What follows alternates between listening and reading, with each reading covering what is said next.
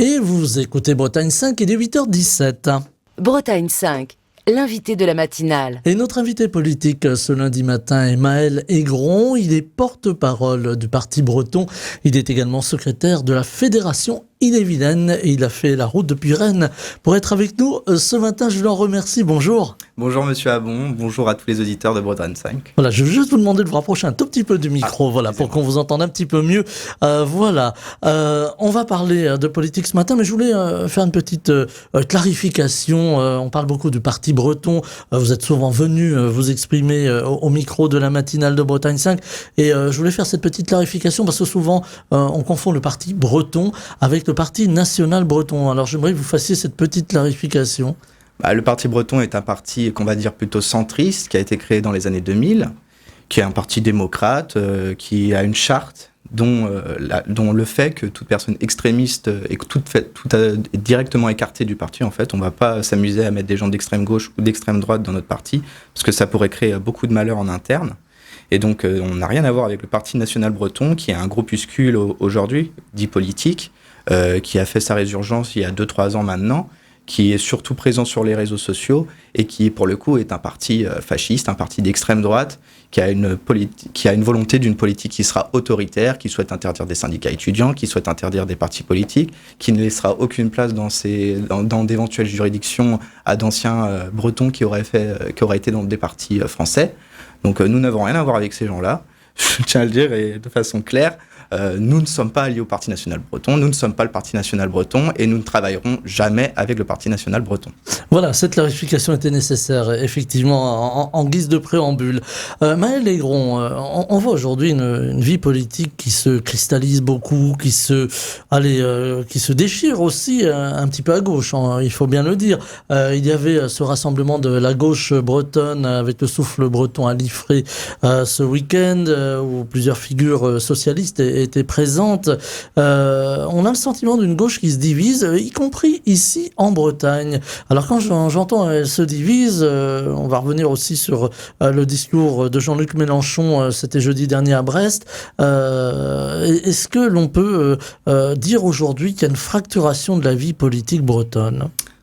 À gauche comme à droite, sur tous les plans, en fait, oui, il y a complètement une fracturation politique bretonne. Même nous, dans le mouvement breton, il y a une fracturation assez importante aussi entre les différentes composants de l'EMSAV, comme on dit. Et oui, on le voit tout à fait à gauche.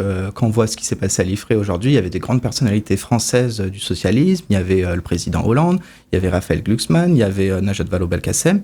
Mais au niveau local, il y avait M. Chénéry-Girard, M. Chenu, le président du département, d'Ille-et-Vilaine, mais il y avait surtout, et il n'y avait pas Madame Appéré, qui est la maire de Rennes, présidente de Rennes Agglomération.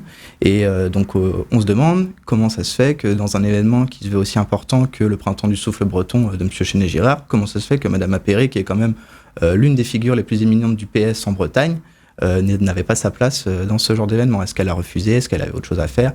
C'est vrai que c'est la grande absence de cet événement. Avec sans doute pour Nathalie Appéré la difficulté de gérer aussi sa ville, avec d'autres composantes. On pense aux écologistes, on pense aussi à la France insoumise, très présente à Rennes. Est-ce qu'elle est là justement, cette fracturation de la vie politique à gauche pour le coup? Je ne pense pas que Madame Appéré souhaite ou veut un rapprochement avec la France insoumise. Pour avoir été à la France insoumise il y a des années, c'était bien différent. Il y avait vraiment un bloc LFI et un bloc PS. Madame Appéré sait que le PS est encore très vivace en Bretagne, très fort. Elle sait qu'elle peut défendre un bilan, même si il y a des choses à dire sur son bilan aussi. Mais elle n'a pas besoin d'LFI, Madame Appéré, pour se créer une majorité municipale. Je pense qu'elle a plus à craindre de mouvements comme Libre d'agir pour Rennes de Charles Compagnon ou de la nouvelle droite qui commence à s'installer, même la montée de l'extrême droite.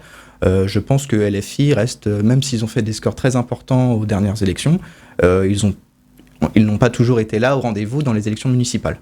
Et puis il y a une fracture au niveau national, il faut bien le voir, entre l'EPS et LFI. Et puis il y a eu ce discours de Brest de Jean-Luc Mélenchon en fin de semaine, et cette polémique avec nos confrères du Télégramme en particulier, traité de bulletin paroissial. Voilà, ça nous donne l'occasion de leur renouveler toute la solidarité de la rédaction de Bretagne 5. Voilà, qu'est-ce qui fait quand même que Jean-Luc Mélenchon s'agresse comme ça aux journalistes et finalement une posture assez jacobine. Alors je pense que ça va vous parler. Voilà, en disant bon, les Bretons, on n'en a rien à faire. Ce qu'on veut, c'est un projet national, mais on a quand même besoin de réunir quelque part aussi. Alors, dans un premier temps, je tiens à apporter, bien sûr, au nom du Parti breton, tout notre soutien à vos collègues du Télégramme et à toutes les rédactions, à M. Coudurier. Et en ce qui concerne M. Mélenchon, vous savez, moi, j'ai été 4 ans à la France Insoumise, de sa création jusqu'à peu après les élections européennes et avant les régionales. Et il y avait déjà ce genre de problème, en fait, avec M. Mélenchon. C'est que il a dit aux dernières présidentielles, à la fin, il a dit « faites mieux ». Mais il reste toujours là, il reste toujours derrière. Et il cause beaucoup de tort aux militants et aux élus de la France Insoumise. Ce qu'il a dit au Télégramme, qui est coup sur coup, parce qu'il y a eu une première caricature où il a taxé d'islamophobe le Télégramme, ce qui est quand même très très gros déjà. Puis ensuite, une deuxième caricature pour répondre à M. Mélenchon, qui cette fois-ci a été traité, et ils ont traité de grossophobe le Télégramme, donc ils ont le droit de dire tous les noms en fait pour le Télégramme, qui reste quand même un journal très très modéré sur plein de choses, qui a reçu plein de gens, qui fait une place à tous les partis pendant les périodes électorales. Et il a parlé du Télégramme en parlant de Trumpisme médiatique. Mais quand on voit M. Mélenchon qui fait du Trump, c'est plutôt lui en fait finalement, parce que sa manière de répondre aux journalistes, on l'a vu à France 3 aussi, pas longtemps, et il a complètement pété un câble, si j'ai envie pour le dire, face aux journalistes. Il fait du Trump en fait, il a un ego surdimensionné, le fait d'avoir été biberonné par la République française pendant des années le met sur un statut complètement... il se croit au-dessus de tout le monde. En fait, il fait partie de ces aristocrates de la République, des gens qui ont fait de la politique toute leur vie, qui ont toujours été élus, et qui aujourd'hui se prennent pour l'État, comme il a dit. Il n'a pas dit l'État c'est moi, mais il a dit la République c'est moi. Donc c'est un très gros problème pour la France Insoumise, pour des citoyens qui veulent s'engager en politique, de voir que finalement un parti qui se veut démocrate et populaire, finalement, il fait ça, il marche sur des élus de métier, quoi. Avec aussi ce côté, alors qui lui est reproché d'antisémitisme, ou en tout cas de favoriser la dissipation de ses idées dans la société française, et bretonne aussi, on l'entend de plus en plus, alors que la Bretagne était épargnée par ces problématiques quelque part. Voilà, en Bretagne, les gens arrivent à discuter, parfois fort, mais arrivent à discuter. Est-ce que c'est inquiétant, cette petite musique, et d'antisémitisme quelque part, et aussi, là encore, de jacobinisme, qui essaie de progresser dans les idées bretonnes? Ils ont une posture très autoritaire, et ils sont pour un État central fort, donc qu'on appelle nous communément le système jacobin, en fait, qui fait que le pouvoir est dans les mains de Paris, de certains élus, et qu'ils ont une mainmise sur tout ce qui se passe, et finalement, au local, on a très peu de capacité d'agir. Donc ça fait très peur. Y compris économiquement, finalement. Surtout, en fait, sur politique culturelle, quand on voit le budget de la culture, qu'il y a plus de la moitié sur Paris, pour se partager avec les 50 millions d'autres citoyens qui doivent se partager les restes des parts du gâteau, c'est quand même... il faut remettre en question ce système jacobin. Il faut un système beaucoup plus délocalisé, beaucoup plus fédéral dans son fonctionnement, et qui permet aux institutions locales d'agir. Parce que si demain, que ce soit l'extrême droite ou l'extrême gauche, ou quelqu'un d'un n'importe quel parti mais qui pèterait un câble et qui a la force de l'État français dans les mains, parce que c'est le président, il tient l'État français dans ses mains. Donc en fait, notre système est complètement dépendant des bonnes humeurs politiques des personnes qui nous gouvernent. On peut le voir maintenant avec ce qui se passe en Ukraine, avec Macron qui commence à vouloir jouer des coudes, jouer des muscles. Faut faire très attention avec ce système politique-là, parce que s'il veut nous embarquer dans quelque chose, il le fera. Avec toutes les conséquences qu'on peut imaginer. Est-ce qu'il faut plus, je vais prononcer le mot qui a longtemps fait peur, est-ce qu'il faut plus d'autonomie pour les régions, pour la Bretagne, on va plaider pour notre chapelle, est-ce qu'il faut plus d'autonomie aujourd'hui, plus de pouvoir de décision, tout en restant dans un État français qui a les choix régaliens, on peut imaginer pour l'armée, on faisait allusion à l'instant à cette économie de guerre dont on parle beaucoup en ce moment. Est-ce que justement, c'est peut-être le moment d'avoir un tournant pour la Bretagne, une réflexion pour la Bretagne, et peut-être un apaisement aussi? Vous prêchez un convaincu, forcément. L'autonomie, je me doutais un peu de votre réponse. Mais l'autonomie n'est qu'une étape politique pour nous, parti breton. Nous, ce qu'on souhaite, c'est bien sûr l'autonomie.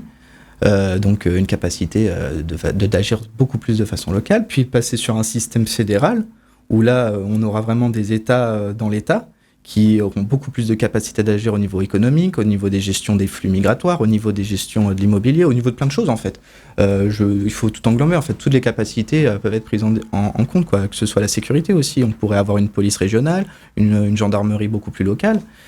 On pourrait avoir des polices intercommunales, on pourrait avoir plein de choses en fait, toutes les lacunes que l'État ne peut pas assouvir, on pourrait passer à ça. Et puis par la suite passer sur peut-être un État indépendant si les Bretons le veulent dans des années, quoi. Alors, il y a encore du chemin, on aura compris, pour arriver à la finalité, mais aujourd'hui, vous parliez de sécurité, aujourd'hui, il y a une grande question qui est la sécurité, on le voit. Alors, il ne s'agit pas de pointer des villes en particulier, mais que ce soit des grandes villes comme Brest ou Rennes ou encore Lorient qui ont des problèmes avec le trafic de stupéfiants particulièrement, mais aussi des petites villes. On pourrait citer le cas de Saint-Brieuc plus proche de nous. Est-ce que le fait d'avoir une sécurité bretonne, alors je dis sécurité, je mets les guillemets, en tout cas une police bretonne ou une gendarmerie plus locale, est-ce que ça peut être aussi une force pour lutter contre le trafic de stupéfiants, par exemple, en ayant des policiers ou des gendarmes ancrés dans le territoire et au courant du territoire, et plus nombreux peut-être? La question du trafic de drogue, oui, peut être quelque chose qu'on peut mettre en main d'une police régionale qui pourra tout à fait gérer ça.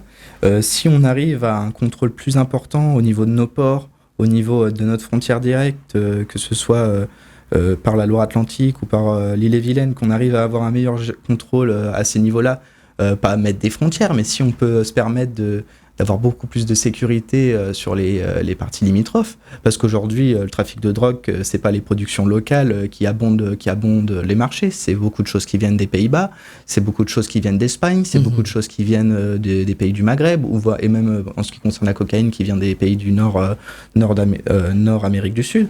Donc c'est quelque chose qu'aujourd'hui la police et la gendarmerie sont sur ces sujets forcément, mais il n'y a qu'à voir, par exemple à Rennes, on va au quartier Italie.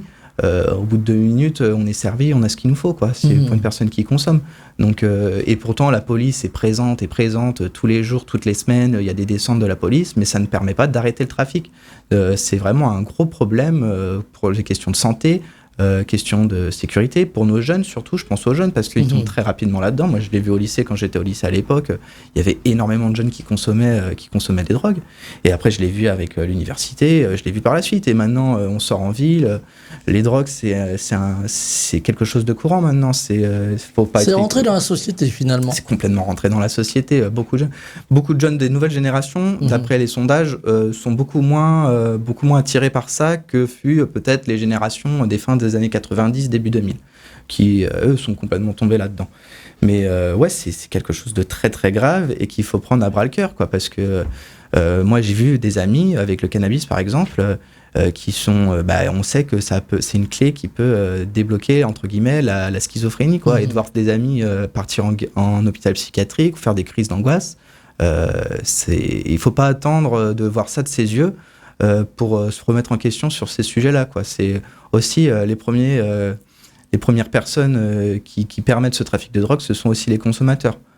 Aujourd'hui, l'État, il fait l'hypocrite sur ces questions-là. Il sait qu'énormément de gens consomment et les produits qui sont actuellement sur le marché n'ont rien à voir avec ceux qu'il y avait il y a 20 ans, il y a 30 ans. C'est des produits très, très puissants qui n'ont rien à voir avec ce qui était fait avant. Et donc, c'est une question aussi de normes et tout ça. Et on voit que les Pays-Bas, ils arrivent à gérer ce problème-là. Le Portugal arrive à gérer ce problème-là. Et en France, on fait la politique de l'autruche où il y a un problème, on essaye de le combattre, mais on voit que nos moyens actuels sont inefficaces par rapport à ça. Et donc, on ne se pose pas d'autres questions. Est-ce qu'il faudrait légaliser? Est-ce qu'il faut dépénaliser? Est-ce qu'il faut faire plus de prévention? Il y a plein de choses à faire, en fait, sur ces sujets-là. Et il faut bien sûr combattre ce trafic de drogue qui est infâme pour la Bretagne, quoi, qui est aujourd'hui une source de revenus hyper importante pour beaucoup de gens, qui fait aussi travailler des mineurs, parce que c'est aussi le travail des enfants, aussi le trafic de drogue. Dans les lycées, c'est pas des gens de 25 ans ou 30 ans qui vont vendre, c'est les mineurs eux-mêmes qui gèrent les marchés, quoi. Là aussi, il faut de la prévention, il faut de l'explication, il faut de l'éducation, on peut aller jusque-là. Ah oui, je pense.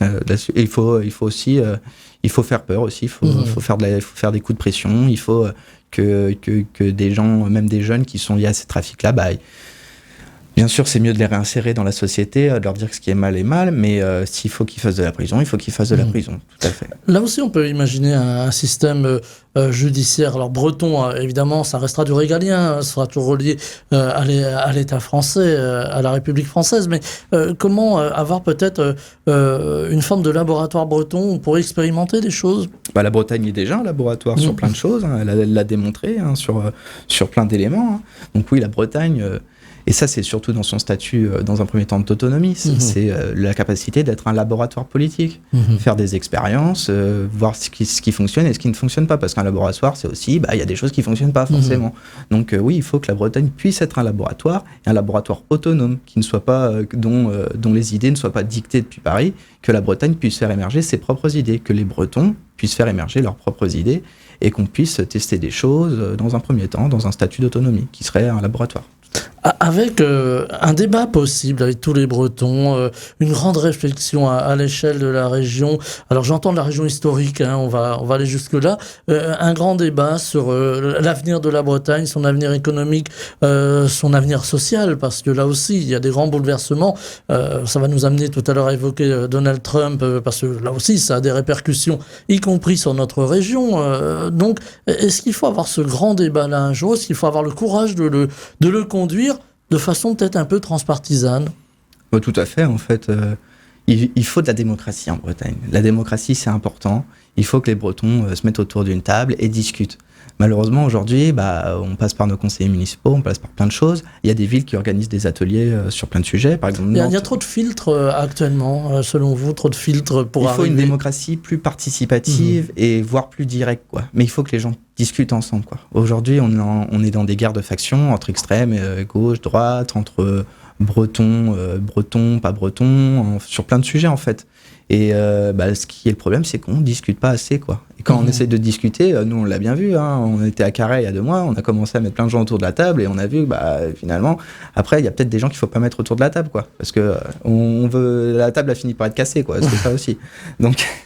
Il faut discuter, il faut parler de plein de sujets et il faut que les Bretons se repolitisent. C'est très important. Alors justement, la politisation de la vie bretonne, elle est là depuis très longtemps. On a toujours été une région plutôt assez calme, centriste, tantôt à gauche, tantôt à droite, mais enfin plutôt une région qui n'était pas habituée à des guerres politiques. Il y en a eu quelques-unes évidemment, mais qui n'est pas habituée à des guerres politiques. On a l'impression qu'aujourd'hui, la situation en Bretagne est un peu le calque de la situation dans le restant de l'Hexagone. C'est une situation qui se tend, une discussion qui devient difficile, y compris entre les partis politiques. On le voit aussi, vous parliez tout à l'heure, vous évoquiez en parlant du trafic de stupéfiants, la jeunesse et puis les étudiants. On voit aujourd'hui les étudiants qui n'arrivent plus à se parler, ces agressions à Rennes, par exemple, ces blocages des facs. Alors je dis des facs parce que les 2 ont été bloqués. Est-ce qu'à un moment ou à un autre, il va falloir trouver un point d'apaisement au risque de voir la société bretonne éclater finalement?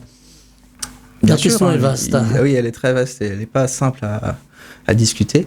Bien sûr qu'il faut de l'apaisement. Qui va vous dire qu'il faut une société polarisée où les gens se tapent sur la gueule? Non, personne ne va vous le dire. Il faut forcément que la société s'apaise. Ce qui s'est passé à Rennes, notamment à Rennes 2, mais aussi dans la ville, on l'a vu, hein, c'est une colère qui a au fond des gens, et plus qu'une colère. Ça a amené à des dégradations matérielles hyper importantes. Et juste à Rennes 2, hein, depuis 2018 jusqu'à aujourd'hui, on est sur 900 000 euros d'argent utilisé pour réparer des dégâts. 900 000 euros. 100 000 euros pour la dernière. Oui, 300 000 il y a un mois à peine. Et 500 000 en 2018 lors des manifestations Parcoursup, où j'étais à Rennes 2 à ce moment-là. Et c'est de l'argent jeté en l'air. Clairement, hein, c'est pas de l'argent qui sert de la rénovation, c'est on met un coup de peinture, on répare les portes, on repart des choses cassées. Et c'est de l'argent, la société manque d'argent, et là on se permet de tout foutre en volo et de se permettre de perdre 900 000 euros sur 7 ans. Il ne faudra pas s'étonner si les étudiants perdent des choses comme le budget participatif par la suite, ou s'il y a encore des coupures dans les budgets d'université, parce que on est dans une société où on ne peut pas se permettre de jeter de l'argent par les fenêtres, quoi. Donc, il va falloir que l'université trouve un moyen de réagir, et ce sera peut-être des coupes, malheureusement. Les étudiants, si la branche un peu sur laquelle ils sont assis, selon vous, ils n'ont pas conscience, quelque part, alors je ne dis pas qu'ils sont bêtes, attention, je vais me faire griffer, mais ils ne mesurent pas finalement qu'en dégradant, c'est eux qui vont payer les pots cassés au bout. Alors que c'est qu'une partie des étudiants, bien sûr, faut être d'accord. Alors voilà, je généralise pas. C'est une partie minoritaire des étudiants, même si en assemblée générale, on l'a vu, on a des milliers qui participent aux assemblées générales. Et si ils en sont conscients, parce qu'ils savent qu'on est dans une société, un état-providence, où il y a des millions et des millions qui peuvent être utilisés, donc pour eux, la case matérielle n'est qu'un moyen de s'exprimer. Il n'y a qu'à voir à Rennes. Rennes est une ville de gauche, qui a été la deuxième ville de France à voter le plus, par exemple, pour la France insoumise. Ça n'a pas empêché, il y a 2 ans, à ce que la ville, qu'il y ait plein de choses qui brûlent, des petits commerces, surtout, c'est ça qui m'a fait beaucoup de peine, des petits commerces qui se voyaient complètement défigurés. Pendant des mois, on a eu la ville de Rennes en mode comme si c'était une ville abandonnée, où on voyait les commerces se cacher derrière des palissades, et ça, on l'a vécu pendant des mois, et ouais, c'était pas très bon pour la ville, quoi. C'est pas du tout bon pour la ville. Je pense que les étudiants ceux qui cassent sont tout à fait conscients de ce qui se passe, mais il faut aussi qu'on les responsabilise. Tu casses, tu payes, et après tu pars. Parce qu'il faut être intransigeant avec ces gens-là, et ils pourrissent les facs. Même s'il y a plein de bonne volonté dans beaucoup, parce que peut-être ils sont beaucoup engagés à voter le blocage, mais ils sont pas tous les gens qui ont voté le blocage ne sont pas pour qu'on détruise la fac ou qu'on fasse du dégât. Détruire, c'est peut-être un gros mot, mais ils sont pas pour la destruction. Donc il faut isoler certains individus. Et ils ont eu la chance de pouvoir avoir accès à l'université. C'est ça aussi. Moi, je fais partie d'une famille populaire. J'ai eu une chance immense d'habiter à l'université, une chance immense d'habiter très proche de l'université, donc pas avoir de frais universitaires à payer ou de choses comme ça, d'avoir la chance d'avoir été boursier. Moi, j'ai jamais cassé parce que je suis conscient de la chance que j'ai eue. Mais aujourd'hui, la vie étudiante, elle est très chère. Les loyers à Rennes sont très très chers. Les coûts de la vie augmentent. Et je comprends pas que certains étudiants trouvent ça logique de casser, quoi. Il y a une forme de fracture sociale justement à ce niveau-là. Alors il faudrait beaucoup plus de temps évidemment, j'imagine, mais il y a une forme de fracture sociale finalement avec ces étudiants qui cassent, qui vont effectivement ne pas imaginer que certains de leurs collègues, des jeunes qui sont à leur côté, viennent de milieux plus, alors vous disiez populaires, mais peut-être qu'ils n'ont pas forcément le moyen de payer des études à leurs enfants, voilà. Et c'est ceux-là finalement qui vont payer les pots cassés aussi. C'est ceux-là, et c'est également les personnes qui décident de faire des reconversions professionnelles, qui ont travaillé par exemple toute leur vie dans des domaines qui les plaisaient pas, et qui se disent aujourd'hui j'ai la chance de faire des études, de pouvoir reprendre une vie, de pouvoir, je sais pas, je vais peut-être pouvoir faire enseignant, je vais peut-être pouvoir faire plein de choses, quoi.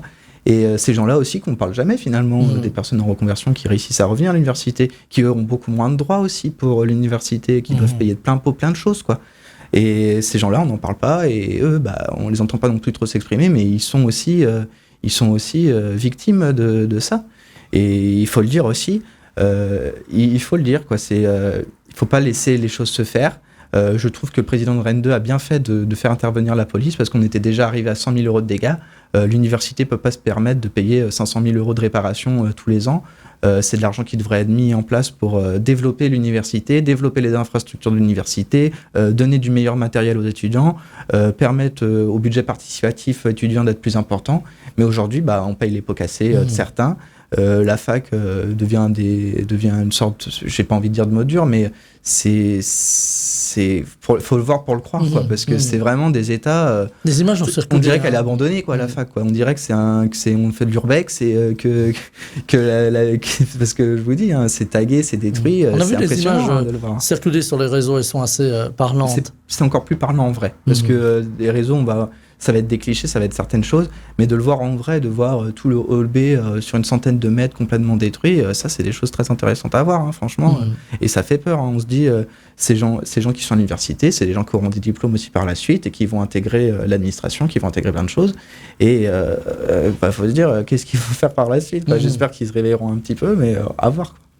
J'avais envie de vous entendre, il nous reste 5 petites minutes, ça va aller très vite, mais aussi sur l'aspect économique des choses. On parlait de la Bretagne, de cette autonomie possible de la Bretagne, et aussi de la Bretagne dans le monde, parce que on le voit aujourd'hui, on est dépendant du grand monde, comme l'on dit, et il ne vous aura pas échappé qu'aux États-Unis, beaucoup de choses sont en train de bouger avec l'arrivée de Donald Trump, des coupures budgétaires sans précédent, des licenciements de fonctionnaires dans de nombreux domaines, dans de nombreuses agences. Et la dernière en date, c'est quand même la suppression de l'équivalent de notre ministère de l'Éducation ici. Il y a une inquiétude à voir cette montée de Donald Trump et de ses idées, qui gagnent aussi, y compris chez nous, ici en Bretagne, et finalement aussi de nous mettre dans une difficulté économique, parce qu'il faut bien voir que tout cela va avoir des répercussions. Est-ce que demain, une Bretagne autonome serait plus forte économiquement, pourrait répondre, alors peut-être pas aux États-Unis, quoique l'enjeu en vaut peut-être la chandelle, mais est-ce que ce serait possible peut-être d'avoir d'autres voies? Une Bretagne autonome, j'ai envie de dire non, parce qu'elle sera toujours dépendante de l'État français, des politiques extérieures commerciales de l'État français. Une Bretagne indépendante, oui. Parce que là, à ce moment-là, on peut négocier les droits de douane, on peut négocier plein de choses, on peut négocier les salaires avec les entreprises, on peut faire plein de choses au niveau indépendant. On est un État et un État peut se gérer. Une Bretagne autonome, bien sûr qu'elle pourra peut-être avoir des accords commerciaux, des choses, mais elle sera toujours dépendante de l'État français. Et il faut bien sûr avoir peur de Trump parce que la politique de guerre commerciale qu'elle livre à l'Europe, notamment, sur plein de choses, et les droits de douane notamment, ça va forcément impacter le quotidien de milliers, de centaines de milliers de Bretons, parce que les États-Unis sont l'un des premiers partenaires commerciaux de la Bretagne. On fait beaucoup de chiffres avec les États-Unis. Aujourd'hui, les États-Unis créent aussi de l'emploi en Bretagne. Qu'est-ce qui va venir de ces emplois? Parce que si on continue dans cette politique de guerre commerciale, les États-Unis peuvent dire tout à fait on coupe nos entreprises en Europe et on va les ramener chez nous, quoi. C'est un peu l'idée de Trump quelque part. Tout à fait, il a une politique d'isolationnisme américain comme il y a pu avoir au début du XXe siècle et voire le XIXe siècle, où les États-Unis étaient un pays isolationniste qui se concentrait d'abord sur son propre pays et qui voyait les politiques extérieures comme secondaires. Là, Trump, on est quelqu'un qui veut isoler son pays, mais aussi qui veut élargir le Canada, le Panama, le Groenland. Il veut aussi mettre la main mise sur les terres rares ukrainiennes. Il est dans une politique agressive aussi, Monsieur Trump, sur plein de choses. Et il négocie la paix d'une main, mais d'un autre côté, il veut aussi avoir les bénéfices de la paix, les bénéfices dans le sens sonnant et trébuchant. De toute façon, quand on veut la paix, quand on veut la guerre, on négocie d'abord la paix. C'est une grande phrase et elle est véridique, et là on le voit grâce à Trump.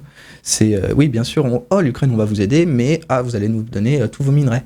Ce genre de choses. L'Ukraine a dit non, écoutez, c'est compliqué pour nous, on va en avoir aussi pour relever le pays après, on peut pas tout vous donner. Du coup, qu'est-ce qu'a dit Trump? On arrête de vous financer militairement et maintenant vous vous débrouillez avec la Russie. Avec une Europe très absente finalement, un petit peu mise sur la touche. C'est ce qu'on veut aussi nous faire croire, que l'Europe est absente, mais elle a quand même aidé militairement et de façon économiquement aussi très importante. Je parlais dans les accords de paix. Dans les accords de paix, oui, complètement. Oui.